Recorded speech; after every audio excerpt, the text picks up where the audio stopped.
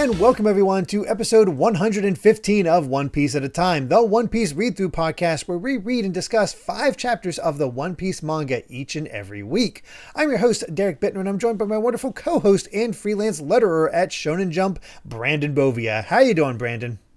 I'm doing pretty good. I'm, of course, Brandon Bovia, letterer of manga like Dragon Ball Super, Kaiju Raid, and many, many more. I feel like One Piece, I feel like, we're in kind of a different era now. Because, like, last week we did just very casually, like, oh yeah, like, the whole crew got separated. And it's just kind of like, the implications of that, it's just like, I feel like we still haven't really explored. It's just like, all right, moving on. As if just to say, like, all right, you know, this is just the status quo right now. Yeah, it is weird where you don't dwell on it too much. There's too much else happening. I think it almost helps with the trauma because there's so much happening to Luffy that he just can't focus on the loss of his crew. Even though that is his overriding goal, is to just find a way back to Sabaody so he can find the crew. And I feel like even within this set, we don't really have a good indication. Like, it's just like, all right, we're here, we're just going to make the best of it. And, you know, that's when in Rome, do as the Romans do, I suppose. I guess that's the best way to put it. It's weird. I don't know if Luffy would, but yeah. Luffy's going to do his own thing regardless. We haven't had Luffy alone like this since the opening chapters. It's almost like a reset. The beginning of chapter 2. Like, even then, he's like, oh, you know, we got Kobe. You know, we found Zoro after that. That's true. And, speaking of, if you want to talk about, like, this cover spread here at the start of 516, I love it because it's, like, showing all of the Straw Hats, like, their starting points. Mm-hmm. I want to say he redrew these. Oh, absolutely. 100%. Which is impressive because he captures a bit of the original style. Like, it feels like it's the older style.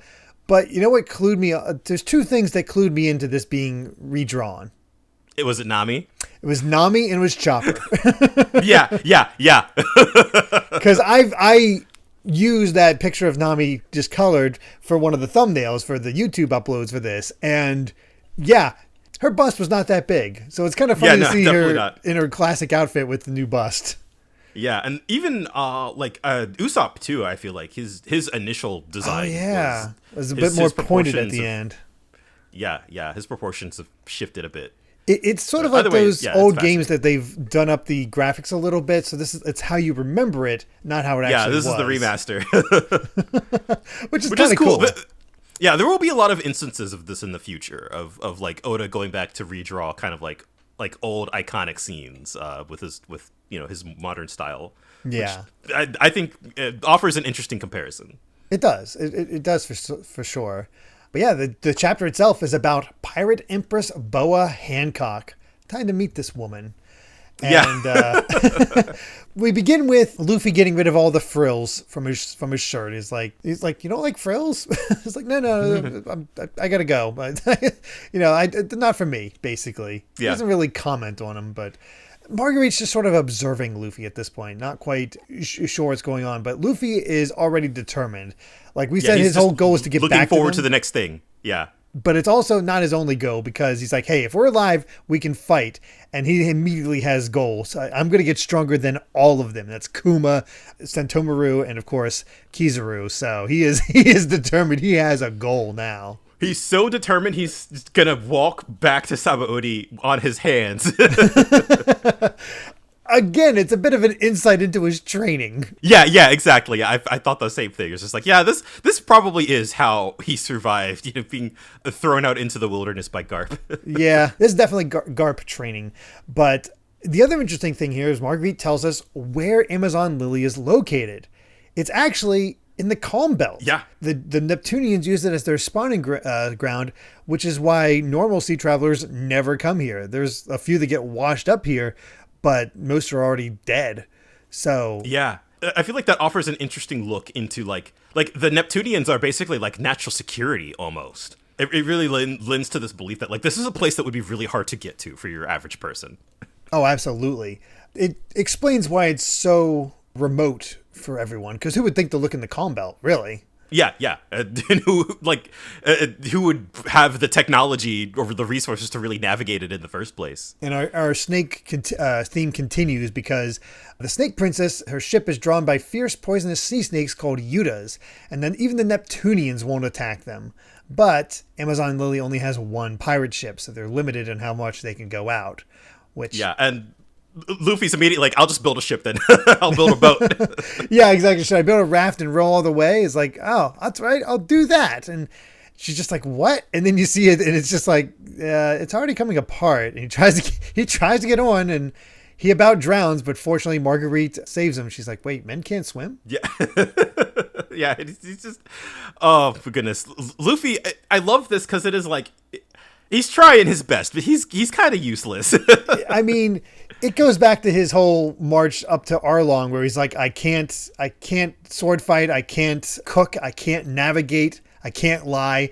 That's why I have my crewmates. And this is Luffy kind of debuffed. All he has is his strength to rely on at this point and determination. Mm-hmm. So it's fascinating to see how he'll survive without the rest of his crew at this point, because as strong as he is, he does survive off of them. Yeah.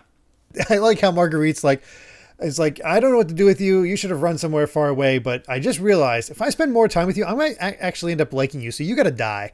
All right, time to die. And interesting bit here where like she fires an arrow at Luffy, and it kind of tears through like the he dodges it, but it tears through like to the tree behind him.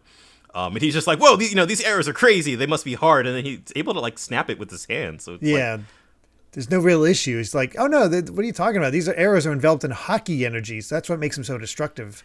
And it's like, oh, we're getting a lot about this hockey thing lately. Yes, we are. And it also shows that it's not limited to the Rogers crew. Yeah. As you might have theorized up to this point. We didn't, of course, because we knew this part, but it's one of those things that readers might have thought at the time. Yeah, we're getting drip fed little hints here and there about like what the true nature of hockey actually is. Mm-hmm.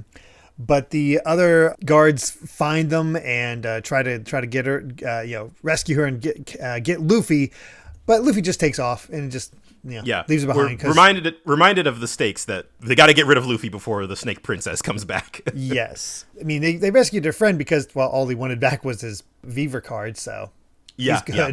But time to step away from Luffy as we see the waters around the Island of Women in the Calm Belt, where we see the Pirate Empress's ship next to, turns out, a Navy ship.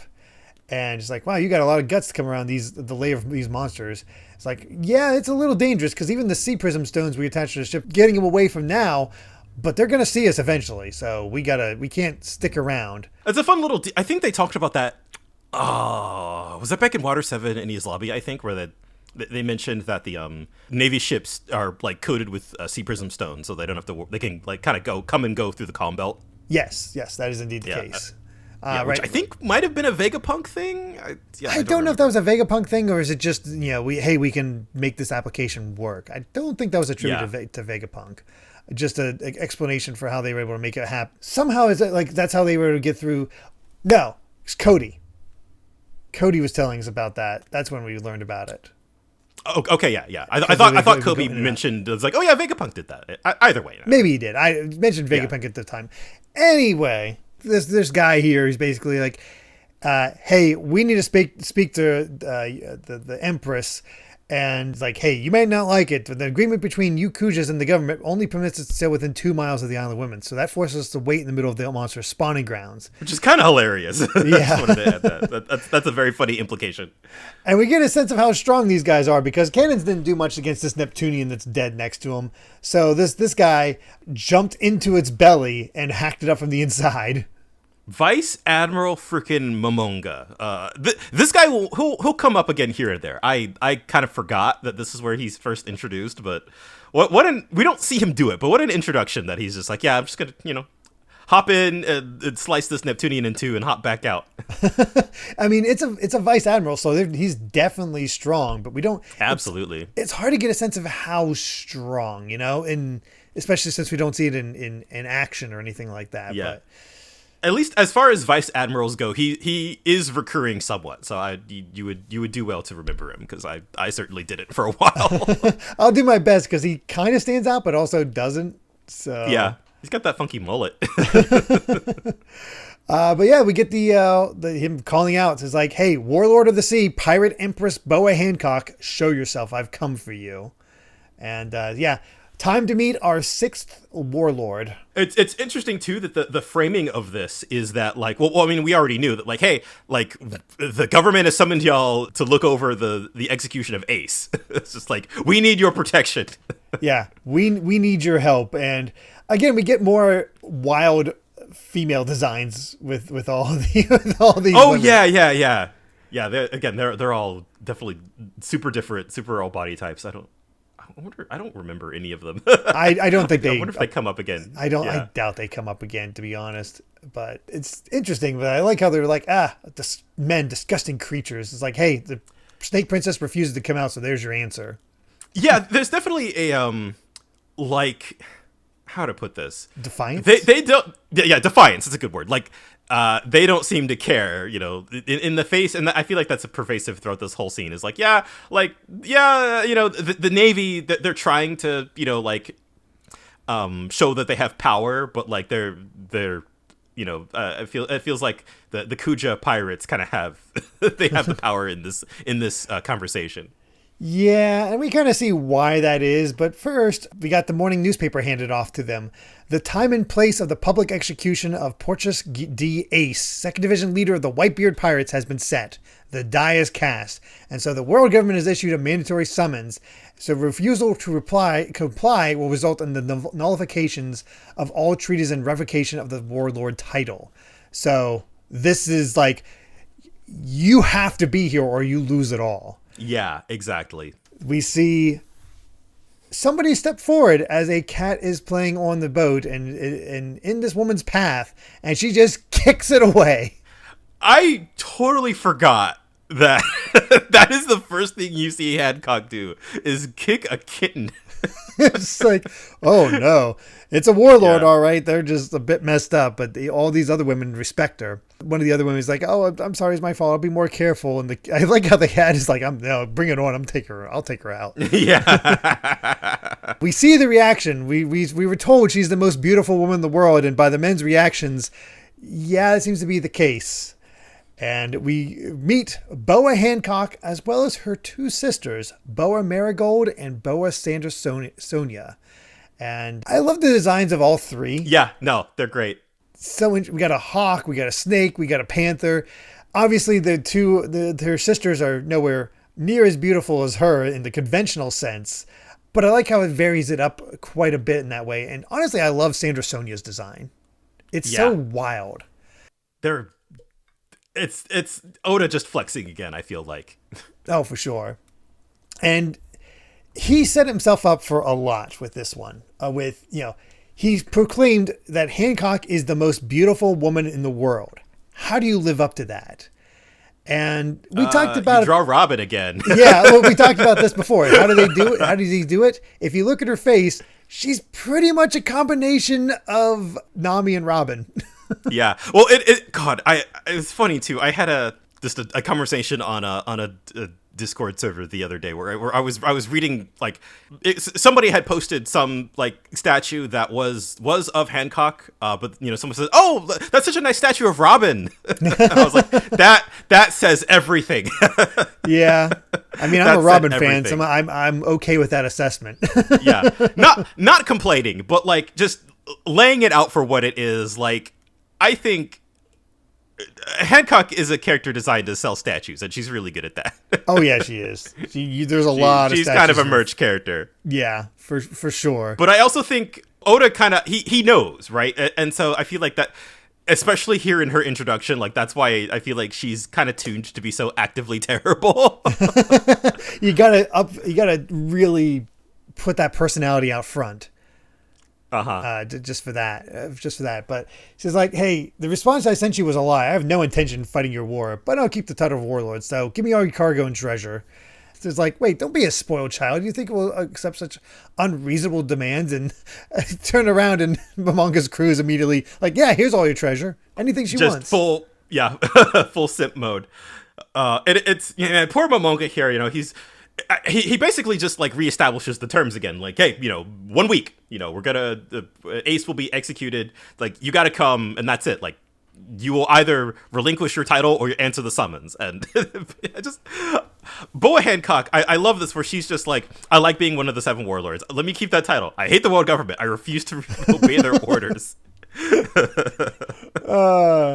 I love that whole thing, but we also, like, you're talking about the death of Ace, but we also get the location now. It's in Marineford, the Navy headquarters location, which kind of explains why it's such a big deal. Like, they're putting him in Navy headquarters, and Whitebeard, they know Whitebeard's going to make some sort of move. So yeah. Whitebeard is prepared to attack the seat of the Navy headquarters themselves. Yes. And, well, I forget if we had, like, alluded to this before, but it's also, like, they're making a big show of this. Mm-hmm. Like, they could have just as easily, like, done it, I don't know, like, inside of wherever they're keeping him, or just, like, kind of keep it on the down low. Like, I have no doubt that the world government could snuff out, like, that he's already in captivity, just kill him. Yeah. But the fact that they are, like, it's being reported in the newspapers, and they're hyping it up. It's like they're trying to make a example of Ace the same way they made an example of Roger. But it didn't work out so well for them with Roger, so I'm surprised they're trying again. Yeah, it's definitely, and I think they'll touch upon this later, but it's like, they know the consequences that they will, like, that are coming for making Ace's execution public, and they're like, Whitebeard's gonna come, but we're gonna do this anyway. Mm-hmm. So whatever reason that they want to do it for, I think is, it must be worth the risk, or they just don't care about the risk. That's also possible. Yeah, pretty much. And the whole plan is it's Whitebeard versus the 3 admirals. Which, good God, how strong is Whitebeard? Yeah, that's also the other thing too. We've only seen, like, we saw Whitebeard and that he's at least, like, on the same level as Shanks. Although that also is like, how strong is Shanks? That that doesn't really answer the question. Yeah, well, he was the only one to rival Roger, so it's like, this is like a taste of close to what Roger's powers were like. Yeah. They are definitely scared S-less. I think is the government saying, oh God, Whitebeard is coming. Like, please help. For sure. But going back to what you said about Hancock, it's like, I refuse to obey the orders. He's like, but suppose there was an accident. Suppose the Marines sent to escort me to HQ will all mysteriously turned to stone. Oh, a threat. Yeah, Momonga's like, hey, be ready, men. It's like, and the men are like, oh, geez, when they find ships that have been attacked by the Kuja, they're always drifting crewless, never a living soul, just strange stone effigies. And Momonga's like, nah, I won't accept the demands of a spoiled child. And he's like, Hancock always gets her way, and for good reason. And why is that? No matter what I do, whether I kick kittens or tear off people's ears or even commit murder, the whole world will forgive me because I am beautiful. And there it is. I feel like with Hancock's gimmick, it feels like Oda, he's aware. He knows. Oh, yeah, he does.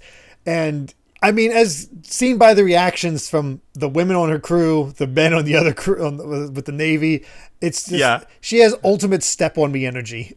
Exactly. Yeah. And she takes advantage of that. She activates her power, says let the lust in your hearts turn your flesh to stone. Yep. And so she unleashes the love mellow, which immediately turns all the men into statues, except for Momonga, who stabbed himself in the back of the hand in order to get the thoughts out of his mind so he won't be affected by it. Purge the horny thoughts. Yes. She's like, hey, I'm going to go back to Amazon Lily. Bye. It's like, and all Momonga says is, Momonga, excuse me, geez. I'll wait here until the time limit expires. I can't return empty-handed. So if you don't return within 2 days, the treaties will be nullified. And she's just like, whatever. Oh, man. Yeah, whatever. Which, God, I feel like there's a bit here before we finish off the chapter. Just like the way that they talk about earlier in the chapter, they talked about like an agreement between the Kujas and the government, which like I don't know if I'm getting ahead of myself or speaking out of turn here. That it sounds like Kuja is not affiliated with the world government. like that they are not an aligned country, and so they have this agreement. Like it seems like there's more going on here with the power dynamics, and it's not as simple as like, oh yeah, we're part of the world government, so we'll listen to everything you say. They seem to, judging by how Boa Hancock acts, they seem to have a large amount of I guess independence. Yeah, and I guess with how remote it is too, it really feels like they're not one to listen to the world government. And it seems like the only thing keeping the world government from doing anything is Hancock herself, which makes her attitude all the more mystifying, I guess is the best way to put it. Yeah, because it's because you would think for someone who as a warlord in service of the world government, like that's the only thing kind of like stopping the world government from kind of like enacting more power on them, like Hancock's kind of like the balance, the balancing factor, and the fact that she just doesn't care. Nope. I think she's that firm believer in her power and beauty. Mm-hmm. We do have an SBS, and hey, what do you know? I somebody else mentioned the fact, it's like, wait, is that an earlier design of Rayleigh from back when with Shanks and Buggy? And you get a little side view of it's like, oh my gosh, there it is. That's cool. Yeah, he's got the same beard and everything. Just a little bit shorter and less gray. This is one of my favorite details, really, of just like this one-off gag between this dumb backstory with Bucky and Shanks. Like, oh yeah, that was a Gold Roger ship. Just kind of. Although I gotta say, looking at the two designs, Rayleigh's more of a silver fox. Yeah. He definitely aged gracefully. Yes, for sure. But let's go ahead and move on to the next chapter. 517, bath time. Oh boy. Well, I would have wasted no time. Yep. But as far as our CP9 adventures, they're setting sail from St. Poplar. So they're leaving the place. They've secured a ship and away they go. Yeah. I have no idea where this is going from here. Or if it's like almost over. I couldn't tell you. I have no clue. It feels... I didn't think about that until literally right now. It was like, are we kind of almost... I don't know. This feels like it would be a good ending. It's been running for 24 chapters, so it feels like usually goes about time to wrap her 30-ish. Yeah, we could be seeing close to the end, perhaps. But we get into the chapter itself with the return of Hancock into Amazon Lily as cheers ring out for all of them, and all the ladies look up to them. Whether it's Hancock or Marigold or Sandersonia, and they prepared a carriage for her, and she's like, hey, did anything happen in my absence? And they're like, nothing. No. And we see the other importance of these pirates. It's how since they're not part of the government, they don't trade. So this is the only way for them to get goods. So they just steal stuff. Yep. Which is kind of great. And again, like, you get the sense that this must have been happening for a while. And the fact that they just, again, Hancock is just like, I'll get away with it because I'm beautiful. Yeah. Yeah. It feels like the government has to care because it's like, but also, what can they really do? It kind of feels like they have their hands tied when it comes to Hancock, which is, I think, very funny. Very much so. Interestingly, we have the old woman here, Grandma Neon, asking if they got any books. She's like, nah, just newspaper from Central, so here you go. I think that's something to just tuck in your mind for later, it feels like. Yeah. But then we get to Kuja Castle, where everybody's still welcoming her back, and first thing Hancock sees is that the children of the village made a image of her out of clay. They worked very hard on it and even colored it. So they look so sweet that she just thought he had to do this. And Hancock's like, they made me out of mud. It's rubbish. Rubbish, yeah, just completely destroyed. Again, I feel like, not unlike how we were first introduced to Brooke, it feels like characters will kind of settle in after a little while, but like when they're first introduced, like their gimmick and like their personality is tuned like very high. Yeah, it's just like, I feel like this is their personality. I feel like Hancock is never this mean after these introductory chapters, which is funny because she's a warlord. Well, yeah. Mean in it, like there's mean, and then there's like, I don't know, did we ever see Crocodile like kick kittens and I guess destroy that's true. Children's art projects? Like it's it's petty. Yeah, it's definitely pettier than the other warlords that we've seen up to this point. I guess that's the better way to put it. Yeah. But Hancock is very observant. She's like, the city defenders weren't at the wharves, so they're like, oh, yeah, a fierce monkey suddenly appeared from the jungle. They're out to go hunt it. So don't worry, they'll be out soon to greet you. She's like, whatever. And that's when Grandma Neon comes in. And she's like, hey, I can come in here whenever I want. And Hancock says, throw her out. And there's a bit of a power dynamic here. Yeah. And because she is noted the one that's the ship from Central that's anchored offshore. It's like, they've brought a summons from the central government, didn't they? It's like, yeah, they want me to go to war. So why aren't you going? Go now. If you participate, the treaties will hold. You're strong enough now that you won't be killed in battle. And then she just goes, but I'm afraid. Which might explain the petulance. Just she doesn't actually want to fight. Which, you know what, makes sense. She's not a fighter. She doesn't need to be. Yeah. It's either people are easily manipulated by her beauty, or she turns them into stone. Although, frankly, if I heard Whitebeard was coming to town, I'd say no too. That is a very good point, because I think even feeling... the other warlords are also probably just like, except for Kuma probably Blackbeard and probably what's his name? Doflamingo. Doflamingo. I'd say those three are probably the least concerned. Yeah. Neon lays it out. It's like, this nation is protected by your title of warlord.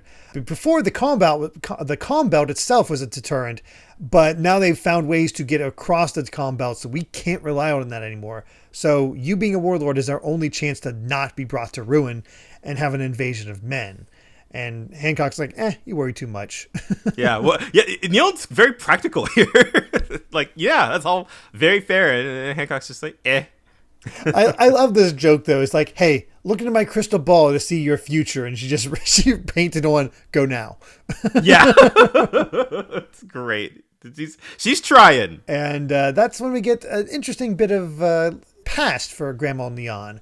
She's like, hey, who do you think you are? Your reign was over 3 generations ago. Gloriosa, former empress of Amazon Lily. So she used to be in charge, Neon did. Man, I feel like when you see these kinds of like power dynamics in fiction, I feel like it's very common. Like I guess this is the sort of like the generational kind of thing of like, I don't know. It's like you see the way that Hancock runs things, and you could very easily see things running into ruin because she's kind of incompetent and she knows it, but she's everyone forgive me because I'm beautiful. Yeah, even if I ruin the nation, it's fine. Yeah, exactly. Like, and then we get her big gimmick that I will never forget. She looks so down on someone that she actually looks up. Yes. So she's so bent over backwards. Just yeah. It's all to sell anime statues. What can I say? It's that One Piece level of humor. Let's be honest. Yeah. That is a complete One Piece joke. It is. Yeah. That's honestly maybe the most notable thing about Hancock, other than the other thing that we'll get to soon. But yeah, that's sort of her thing, which is why I was surprised. Like, oh right, like she's terrible in these early chapters. Yep, you get a lot of petulance out of her from these chapters. Certainly, yeah, not one to bow down to authority. Mm-mm. And interesting enough, is like the reason Neon's not empress anymore is because she abandoned her people and went to the outer seas. When you shamelessly returned, we only accepted you because of the benevolence of the previous empress. And you know what? It's an old woman, went out to the outer seas. Was she part of Roger's crew? Because at this point, you got to start suspecting this sort of thing. That's a good question.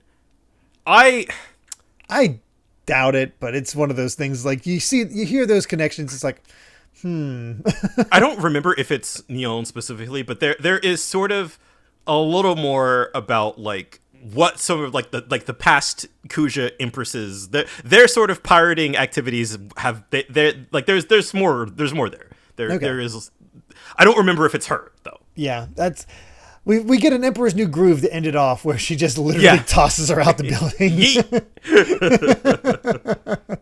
Yeah, and I love, gosh. just like, aren't you being a bit hard on an elderly woman? And she just goes, I couldn't help it. And it's just, Oh, there. But Grandma Neon's like still that. having it. She lands on her feet. She's like, I'm Yeah, I was old, gonna but I'm say. still a warrior. Yeah. But then we get the announcement that it's time for the Snake Princess's bath. And now everybody has to leave the castle no matter what they are doing.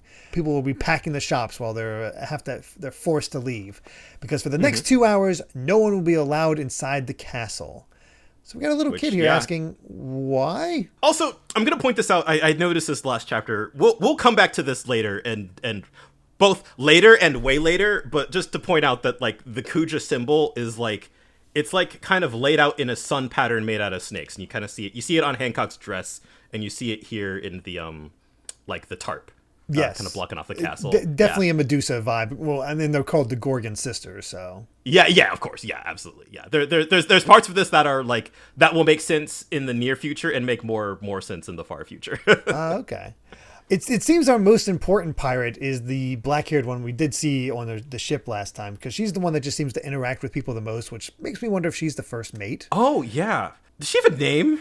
Did I miss her I name? feel like they named her at one point, but I forget. I'll have to look that up later. It's fine. But she explains to the little girl is like, okay, the Gorgon was a monster that once lived in the Central Ocean. So anyone that looked in her eyes, its eyes turned to stone.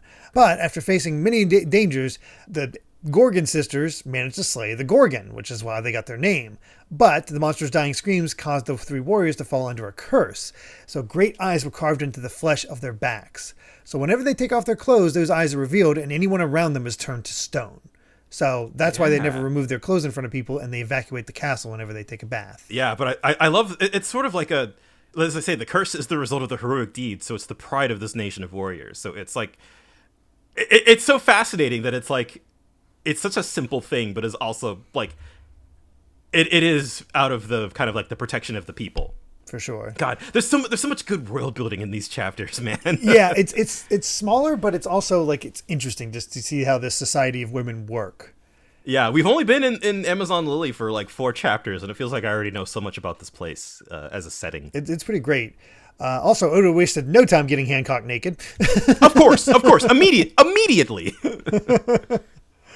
But back to Luffy, the guards are still trying to find him, and Margarita's like, maybe he went back to the village. He was looking for a ship, and sure enough, there he is back at the village. Just right up there on the top. I just gotta bar it, but without Nami, I'd probably go drifting off somewhere, so maybe they take me in one of their ships. I should ask them to help take me to Sabaody. I'll have to talk to somebody really high up, so important to people who live in tall buildings, so yeah, I'll just go inside a tall building. That'll work. I love that he's like, my head's overheating from thinking too much. This poor guy.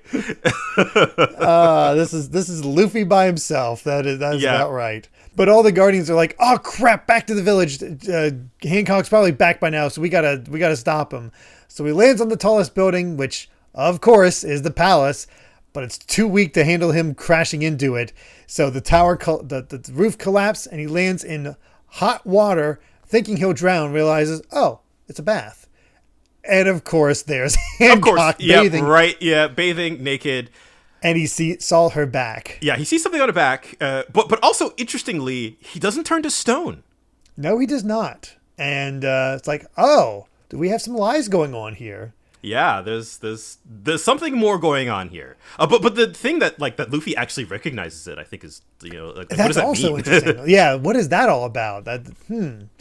But I also really I love the drawing of Hancock in that final panel. Just she's angry. You can She's just mad. feel the venom coming out of her. Yeah. It's just, of course, like the second we cut back to Luffy, he's already getting into trouble again. Of course. This thing that should never happen to anybody, well, Luffy does.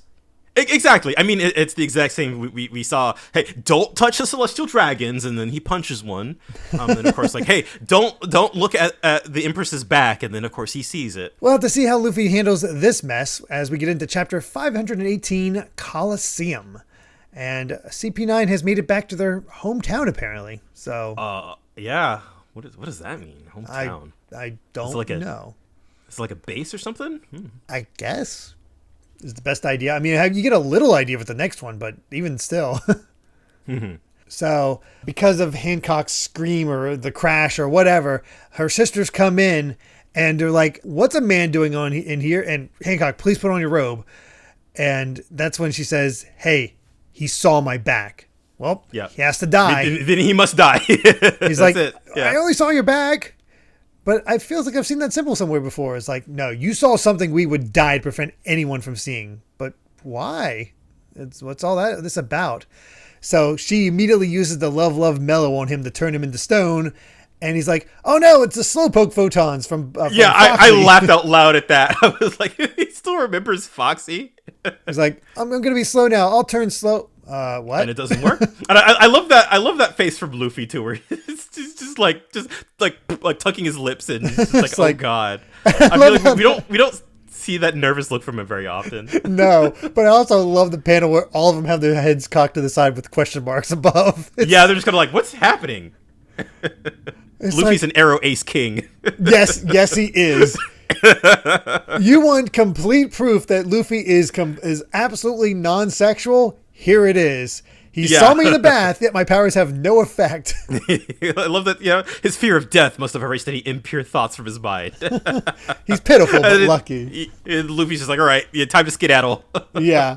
I love the other content. It's like, your body is so beautiful that people of all ages and genders fall in love with you. So yeah, which we saw back on the ship, or even the even her own crew is just like, oh, she's so beautiful. But yeah. So beautiful, everybody falls for you, but Luffy, unaffected. Hancock, bisexual queen. Luffy, asexual king. Yeah, exactly. Which is funny, because the only reaction I think we saw out of Luffy to any kind of nudity was when Nami did the happiness punch. Ah, that's true, yeah. Which, is Nami the most beautiful woman in the world? Hey, yeah, maybe. I don't know. But anyway, Luffy jumps out because he has to get out of here. He's like, oh, you can't escape me. And she uses a different kind of attack, the pistol kiss, which actually acts as a bullet. And he falls, and it's enough for them to capture him, and he's taken to the Coliseum. It makes me wish this was a tournament. I see this arena, and I'm just like, damn. Yeah, tournament. This Let's do could have it. been our tournament arc. Interestingly, these snakes that he's tied up with are like apparently made of iron. He can't get out of them. I don't know what that's about. And that's when all the guards are like, well, we're too late. Just hope he doesn't ask how he got into the country. And Marguerite's just like, he's going to be killed, isn't he? Yeah, that's what you would think. So Hancock's just like, so how'd you get to the island? What do you want? He's like, I don't know. I just flying through the air, and next thing I knew, it was here. So no, that's a lie. You're up to no good. You're after something. He's like, well, yeah, I want a ship. I want to get off this island so I can go somewhere as soon as I can. So, lady, you're the boss around here. Help me. I need to go to sea. The women are just I love the crowd's like, how dare he say, hey, lady. So vulgar, so rude. I hate him. But of course, she's like, yeah, you're never going to leave here alive. But that's when Marguerite decides to admit, it's like, please wait, Snake Princess. I don't think this man would tell a lie. Everything he says is true. I don't believe it means any harm to our country. It's cool here that she, knowing the stakes, that she steps up and decides to tell the truth. I feel like that's kind of the effect that Luffy has on people. Yeah, he's just that innocent, good-hearted, I guess. Yeah, exactly. Affable? So extremely innocent. That, she's known him for what, 2 hours, 3 hours? And just like, yeah. No, I'm going to stick up for this guy. So, and admits that I was the one who brought him to the city. And that's when Sweet Pea's like, no, she had a good reason. And Alephandra's like, yeah, we found him in the jungle covered with mushrooms. So we thought he was one of us. So we brought him here. So it was our fault too. Marguerite's like, oh, you're the one who said we should take him back to this. I'm the one who said we should take him back to the city. So it's my fault. And Luffy's just like, oh, you guys are trying to kill me, but you're actually nice people. Yeah, he's living it up. But, as what... The black-haired girl who we assumed to be the first mate, I have no idea where, she's like, yeah, Marguerite's being too honest. Yeah. Or, that's the girl next to her. But yeah, whatever. The one with the laugh, the one of the girls was like, your laugh is too grating. Yeah. So we see the crew there talking, and basically Hancock comes down and is like, lift your head, honest Marguerite, and then uses love, love, mellow on all three of them, turns them into stone. Which, unfortunate, but... I feel like the one thing about, like, really kind of playing up how terrible Hancock is. It's like, yeah, okay, yeah, this would make sense. Yeah, we kind of understand at this point that she's just not gonna let him get away with that. Yeah, this is the danger of her as a warlord. Yeah. Also, apparently, snakes have lustful thoughts for her as well because they turn to stone as well. Yeah, even animals. Then, of course, here we go. I feel like now that kind of Luffy is understanding things, he's like, hey, what'd you do to them? They saved my life. And, Hancock's like, that's precisely the reason they had to be punished. And so now it feels like now that Luffy knows that, like, they're on his side, he's ride or die. We've gotten to that These point. These three are good people. They were trying to help him out. And, yeah, he's like, nah. This is the word. That's about a bad thing that you could have done to Luffy at this point. Yep. So they unleash the Panther Bakura the Executioner. He has served the empresses of this land for generations, so you'll just be an unpleasant memory once he's done with you. And the snakes run away to release Luffy, and it's like, hey, they'll turn back to normal, right? He's just more concerned about them than anything else, and all the women are shouting for his head. And I love moments like this where you know he's just so obviously stronger, but nobody knows about it. He just punches out the Bakura in one hit, sends him flying into the crowd. I feel like it's good too, because for the past like 15 chapters it has all just been like the Straw Hats just kind of getting manhandled, and so now here we are. Like, no, they're still strong. Luffy, like he took a beating, but like he's back. Yeah, he can still punch out animals. Oh, and that they comment like he didn't use any hockey. Yeah, we got hockey. It's like, you did that by brute strength alone. It's like, Luffy's just chastising. There's something wrong with you people. That woman turned your friends to stone, so why are you all laughing like nothing happened? It's like, that savage is shouting at us. He's a brute. It's like, we feel sorry, but the Snake Princess is always right. It's like, and that's when Hancock's like, yeah, no matter what I do, everyone will forgive me because I'm beautiful. And then I love that, like, Luffy's just like, you make me sick. And he has that really, like, serious face. It's just, Hancock just kind of, she's like, huh? She's been rejected for the first time in her life. Yeah, his existence is intolerable. So everybody else is like, yeah, put him to death. And so now he has to fight Marigold and Sandersonia, who transform into snakes. And it's like, oh, they have devil fruit as well. But all the women are saying, oh, it's the Gorgon's curse. Yeah, it makes me wonder, how much do the people know? It seems like very little. Like, they're not aware of, they're definitely not aware of devil fruits. Whatever is up with Hancock's back at this point is like, I feel like it's probably a lie. Like, we know she has the ability to turn people to stone, so there's ways to make that lie. Exactly, where people. It's like, yeah. Although it's interesting then, though, that like everybody knows that she can turn people into stone, like as just like a part of her power, but they don't understand that that's not what the back thing is about. Yeah. It makes you wonder if these three are actually sisters, or they're just they're just called the Gorgon sisters because they have the Gorgon's powers, whether it's transforming into snakes or turning into stone. I'm very much fascinated by kind of like what the what the truth is, and also like how, again, I'm really just like fascinated by Amazon Lily as a society and kind of all of the peaks we're getting at, and to just like how information is controlled and what like their beliefs are. Mm-hmm. For sure. We do have another SBS, one that shows that Oda never planned to put faces and stuff on the money, so he just makes up stuff for the berries.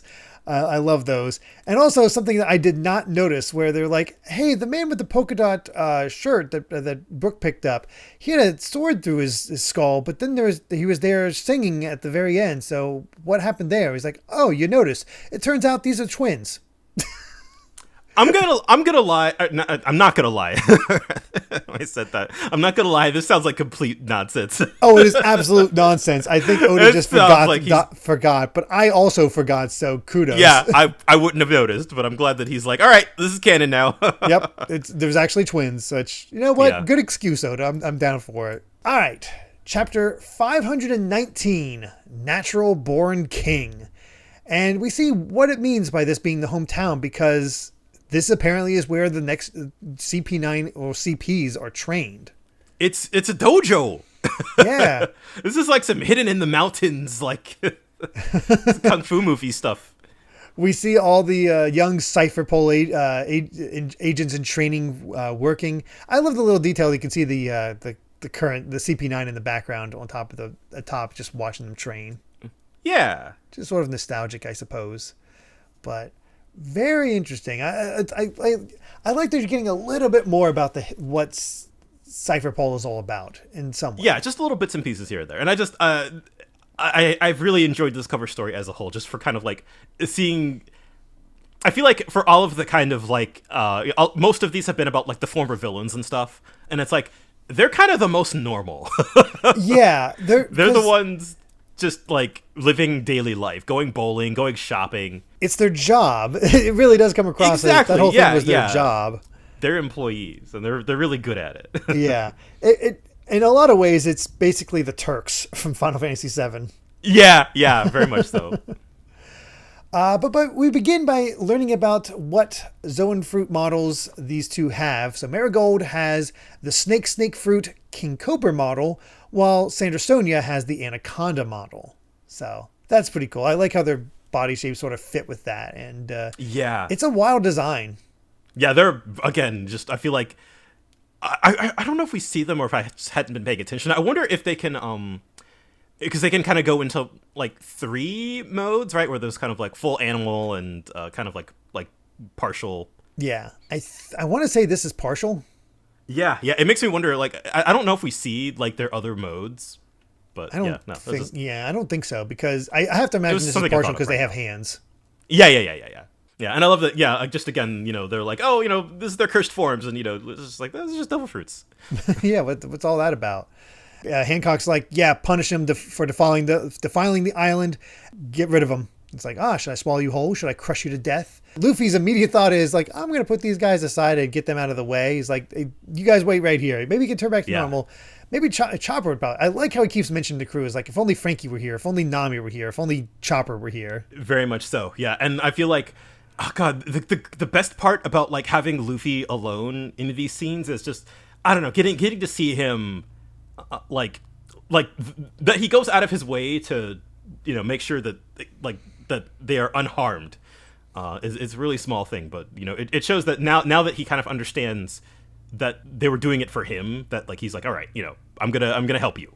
Yeah, and I like how he's making an impression on the other guards. So it's like he's trying to save those 3, right? Yeah, and they're all just like, what is he doing? I don't understand this man. And Luffy's ready to fight. He's like, all right, just have to beat you 2 up. And they're just like, yeah, like he can beat them up. That's when we learned that the Colosseum is surrounded by deathly spikes all around the bottom. Which certainly would hurt Luffy.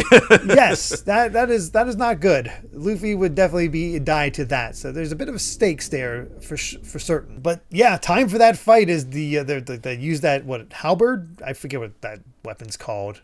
I think it's a halberd, yeah. Yeah, she has poison. She has poison she can shoot, which makes sense as a snake, yeah. Yeah, and that definitely works for the King Cobra model, so that's definitely a bit of a problem. But then we get something really interesting where you're like, okay, Luffy has this. I'm sure he can handle these 2. And he goes to use Stamp, and it just ricochets off. Yeah. I don't know if I want to, I'll just say it. It has the same visual effect of when he tried to attack Sentomaru too. Yes. And it's all of a sudden things are maybe starting to click into place after all this going on. It's like, he's like, wait, that hurt, but why? I'm made of rubber. This doesn't make any sense. And it's clear that I don't think it has anything to do with the snake devil fruits. That doesn't seem to be part of that power set. Certainly not. And he's even getting squeezed by Sandersonia. He's like, wait, why is this hurt? I'm made of rubber. Yeah, it's like, am I made of rubber anymore? And that's when she says, you don't know how to use hockey. That's true of most people from the outer oceans. That's why they're so weak. And that's when and then we get something really interesting where she has her eyes closed. She's like, a kick with the right leg. And she's able to dodge it. And it's like, oh, this is stuff from this is similar to the stuff up in Sky Island. Yeah, Mantra. Is hockey and Mantra the same thing or similar, it looks like? Yeah, there's still too much we don't know. It's like, that right there is like, that's a holy crap moment to me. Is like, wait a second. Yeah. No, there's... If you look for it, it's there. Yeah, because at first it seemed like hockey was just an intimidation thing and I guess a way to nullify powers, I suppose is the best way to put it. But now it seems like it's also for mind reading, or at least predicting movements. Yeah, and it also seems to have a buffing effect. Yeah, with the way that they were using the arrows and stuff. Yeah, it's interesting that the first time we really saw it was Shanks and Rayleigh doing kind of the just knocking people out. Mm-hmm. Just the intimidation effect of the whole thing. Mm-hmm. And yeah, Luffy is trying to use Gatling, but doesn't work at all on Sandersonia. Then here comes Marigold, and she just knocks him away and down the steps, almost falls into the pit, but thankfully, rubber powers. Yes. And that's when Hancock's like, he's nothing special. His powers still work. Yeah, it's funny too that it's just like after getting the demonstration with the Panther where they're all like, oh god, but now that Luffy's up against Haki, he's just like, all right, can't do anything against these guys. And I love how the women are all like, she brushed her hair behind her ear. Her wonderfulness knows no bounds. And Luffy just like, shut up, dummy.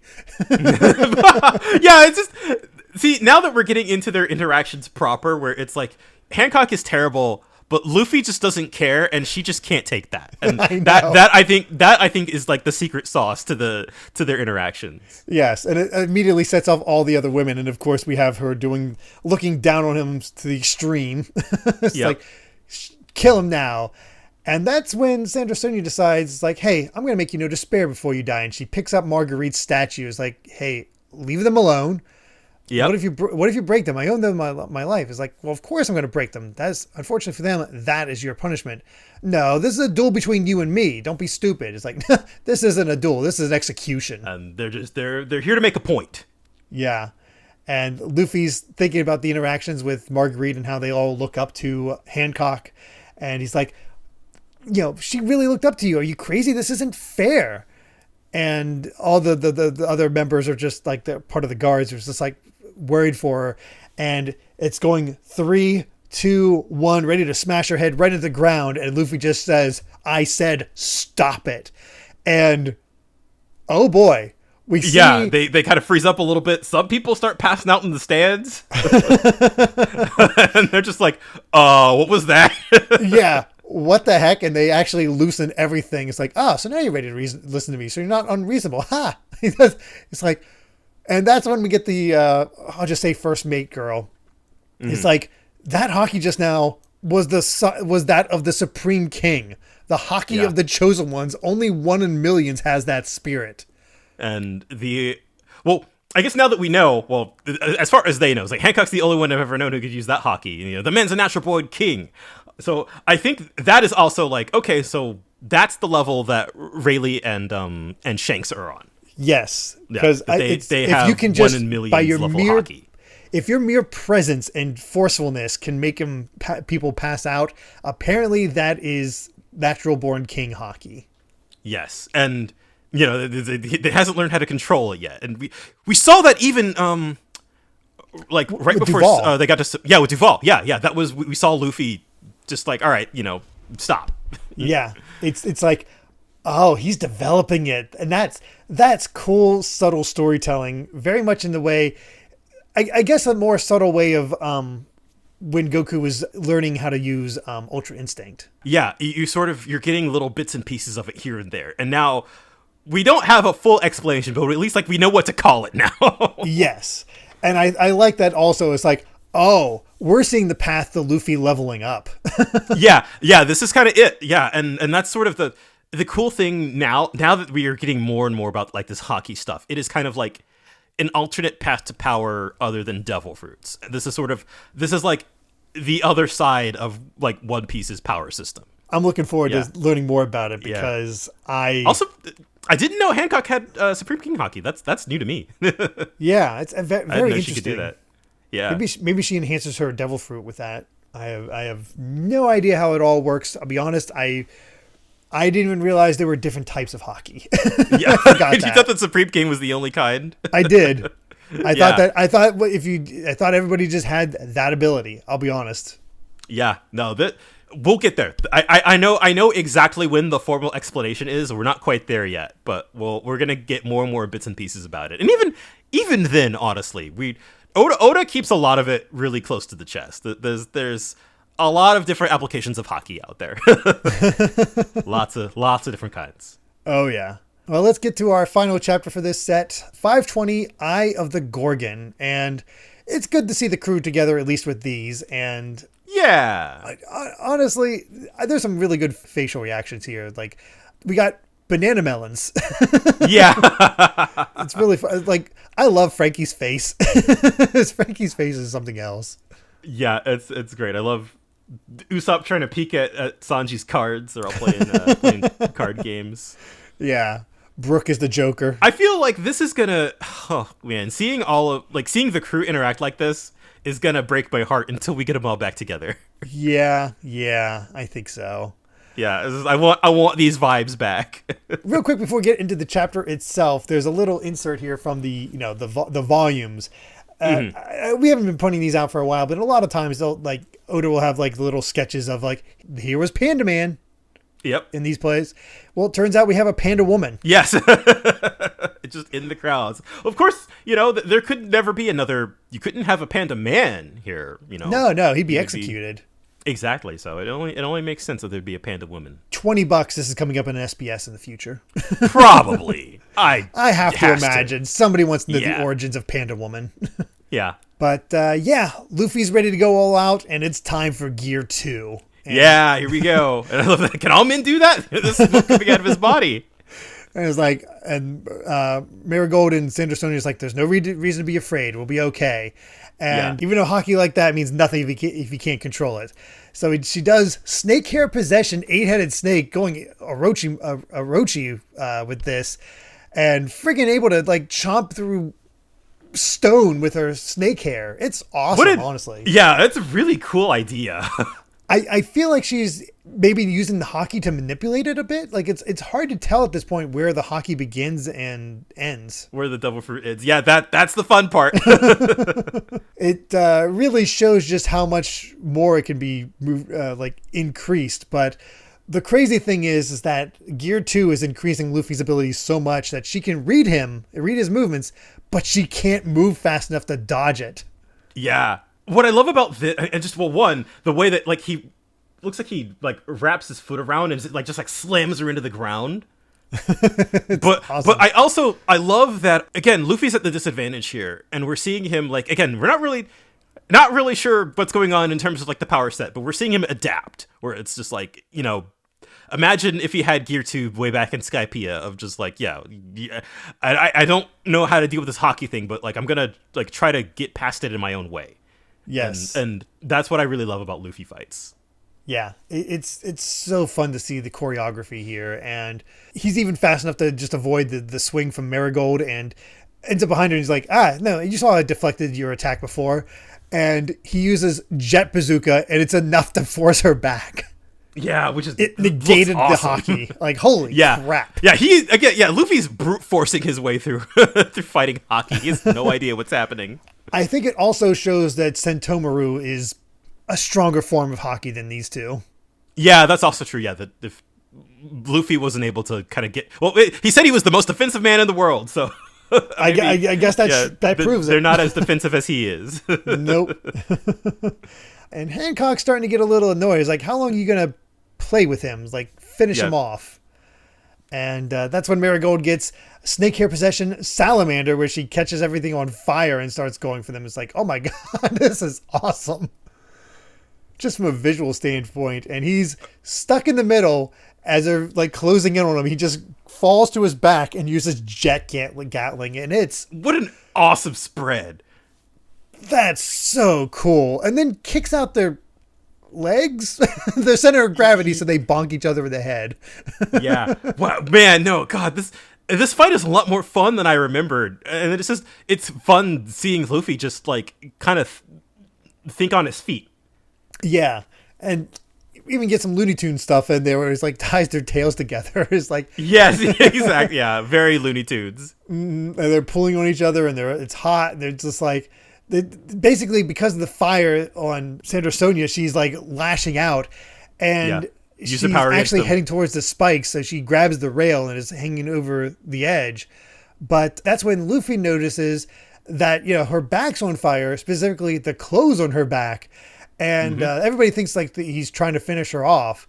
And Luffy's like, no, don't move. I know you want to kill me, but I don't want to kill you. And then he's the only thing covering her back. Yeah, Sandersonia's like, hey, what are you waiting for, Marigold? Kill him now. And she's like, I can't. What a move from Luffy.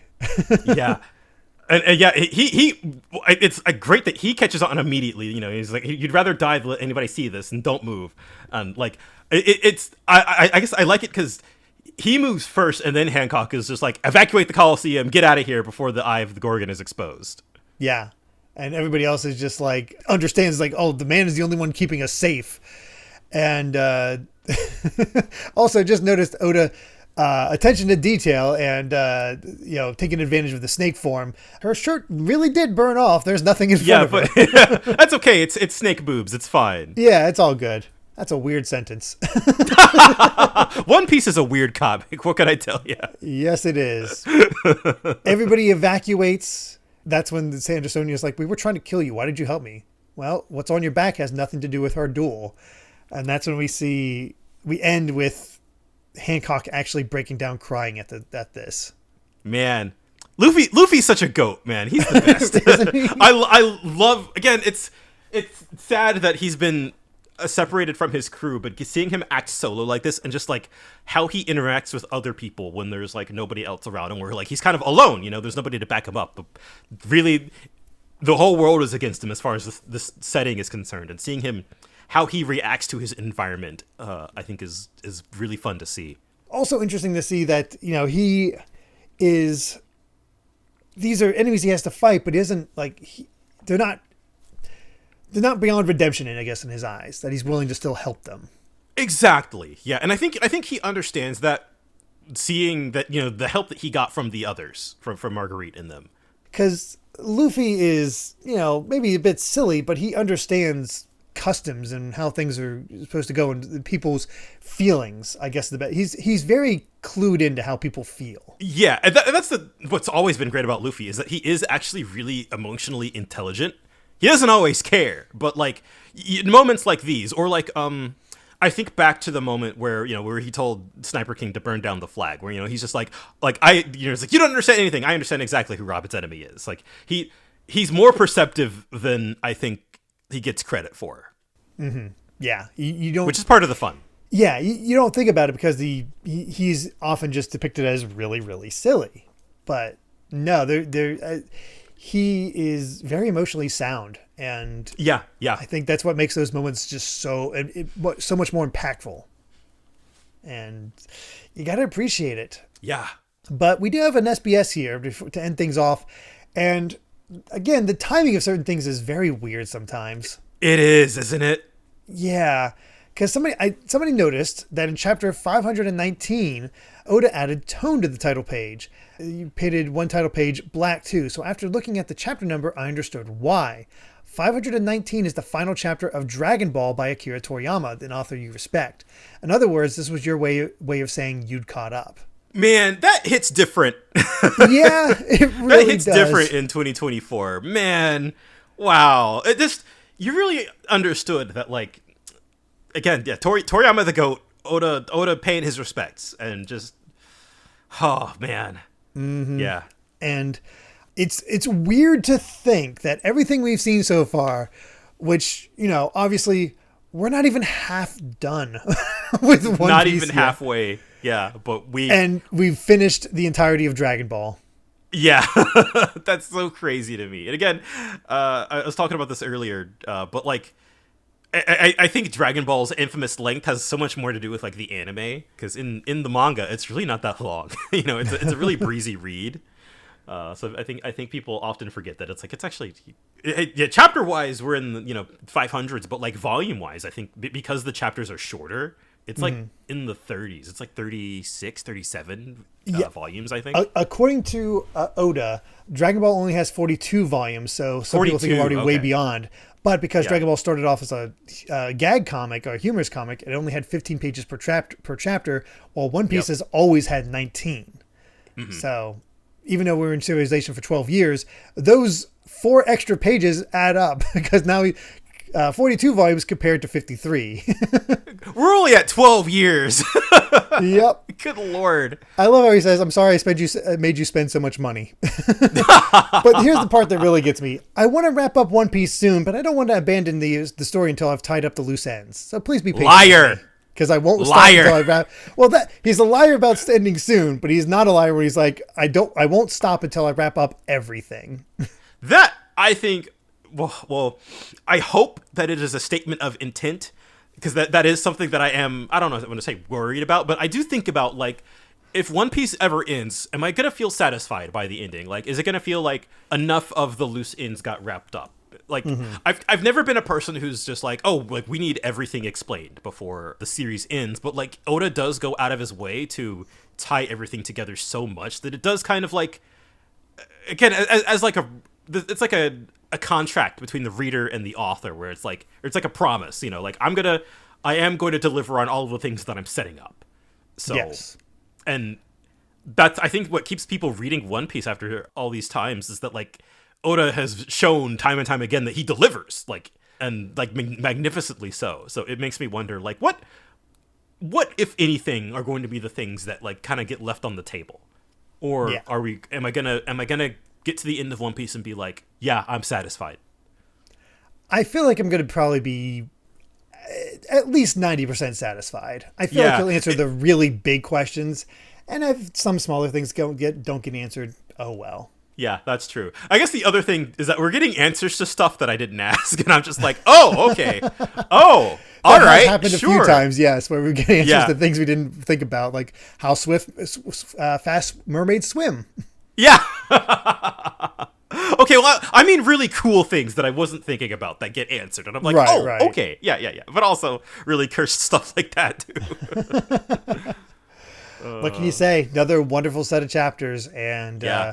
this arc is great. It's really fast-paced. Good Lord. Yeah. Luffy's already won over the Amazon. Well, it seems that I'm going to guess he's won over the majority of the Amazons by the end, in 7 chapters. That's impressive. It's pretty, It's just, all right, we're in a foreign new land, and now already, you know, he's kind of proven himself. So, yeah. Where are things going to go from here? Because there's kind of a big elephant in the room. Yeah, there's that whole thing about Ace, and Luffy knows he's not in trouble, but is not worried about it because he doesn't know what kind of trouble. So, yeah. I feel like that's going to get answered next time. We're going to, certainly, have a better idea of what the future of the manga is going to look like for a bit. Yes. So, looking forward to it. And with that, I believe we've said all we've wanted to say about chapters 516 to 520 of One Piece. Thank you so much for listening, and you can find more of my ramblings and stream VODs over at BitNerd Games on YouTube, or BitNerd with an _ at the end on Twitter. And Brandon, where can everyone find you at? I'm at Brandon Bovia on Twitter, talking about anime manga games, and my job. If you're listening to this, I think the Kaiju number 8 anime has already premiered. So, like, hello from the past. Let me know how that goes. I'm excited to find out for myself in a couple days. That's exciting. That'll be a lot of fun. Very exciting. Yeah, no, been working on this manga for 4 years, and just getting a whole new audience, getting to able to experience it is just like, I love it. It's everything I worked for. And the dub is coming out at the same time too, so that'll be nice. I might have to watch every episode twice. I've still not had a chance to read Kaiju number 8, but is it one of those that feels like it's going to go on for a long time, or is it one of the more, you think it's going to be a shorter story? I kind of think it's going to be shorter. So we're a little past the 100 chapter mark at this point, and I think that almost to how do I put this? It's a really fast-paced manga, and really action-heavy. So it does sort of feel like the story doesn't often advance in significant ways because there is so much action. But it's a relatively simple story, so it's kind of like how long could it really be, realistically? So I don't know. But it's also, it's been running for 4 years, but its schedule has changed over the years. But right now it's bi-weekly, so that also has something to do with how the pacing of the story is perceived. So it's interesting, but yeah, definitely a very simple story with very fun characters and really cool fights. So really, what else could you want? I feel like that'll transfer pretty well over to anime. So yeah. Let us know what you think of that. And if you'd like to help us out more, you can support the podcast over at patreon.com/Derek Bittner. That's DERRICKBITNER to listen to the next episode ad-free 3 days early. And make sure to return next time as we discuss chapters 521 to 525 of One Piece.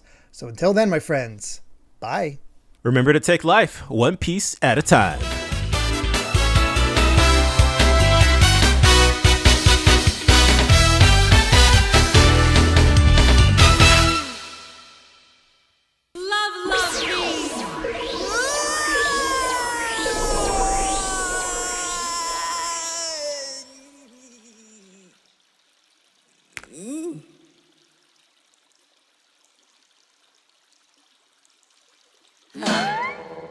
Why won't he transform into stone? Don't tell me he doesn't feel any excitement after seeing me in the bath. I am without flaw.